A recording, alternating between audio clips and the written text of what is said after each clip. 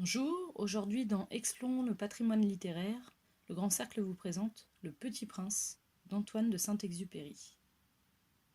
Chapitre 8. J'appris bien vite à mieux connaître cette fleur. Il y avait toujours eu sur la planète du Petit Prince des fleurs très simples, ornées d'un seul rang de pétales, et qui ne tenaient point de place, et qui ne dérangeaient personne. Elles apparaissaient un matin dans l'herbe, et puis elles s'éteignaient le soir.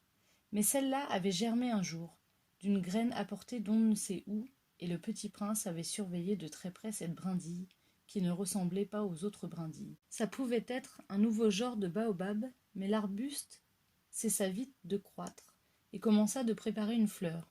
Le Petit Prince, qui assistait à l'installation d'un bouton énorme, sentait bien qu'il en sortirait une apparition miraculeuse.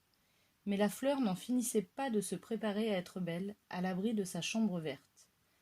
Elle choisissait avec soin ses couleurs, elle s'habillait lentement, elle ajustait un par un ses pétales. Elle ne voulait pas sortir toute fripée comme les coquelicots. Elle ne voulait apparaître que dans le plein rayonnement de sa beauté.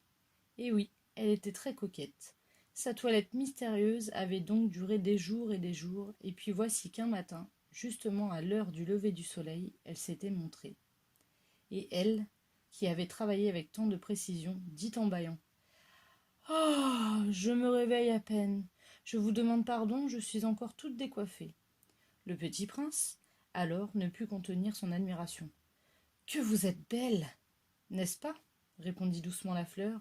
« Et je suis née en même temps que le soleil. » Le Petit Prince devina bien qu'elle n'était pas trop modeste, mais elle était si émouvante. « C'est l'heure, je crois, du petit déjeuner, » avait-elle bientôt ajouté. « Auriez-vous la bonté de penser à moi ?» Et le Petit Prince, tout confus, ayant été chercher un arrosoir d'eau fraîche, avait servi la fleur. Ainsi l'avait-elle bien vite tourmentée par sa vanité un peu ombrageuse. Un jour, par exemple, parlant de ses 4 épines, elle avait dit au Petit Prince: « Ils peuvent venir, les tigres, avec leurs griffes. »« Il n'y a pas de tigres sur ma planète, » avait objecté le Petit Prince. « Et puis les tigres ne mangent pas d'herbe. »« Je ne suis pas une herbe, » avait doucement répondu la fleur. « Pardonnez-moi. Je ne crains rien des tigres, mais j'ai horreur des courants d'air. Vous n'auriez pas un paravent ? » « Horreur des courants d'air ? Ce n'est pas de chance pour une plante, » avait remarqué le Petit Prince. Cette fleur est bien compliquée. Le soir, vous me mettrez sous globe.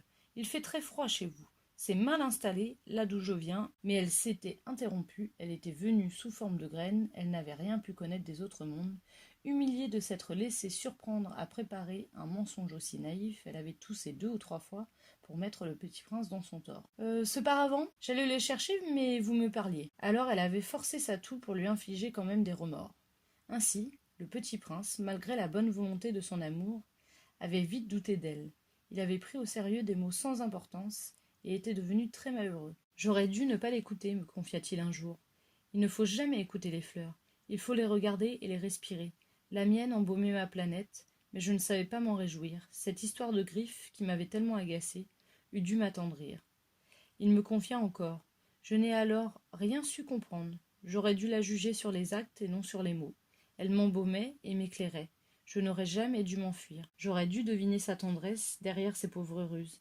Les fleurs sont si contradictoires, mais j'étais trop jeune pour savoir l'aimer.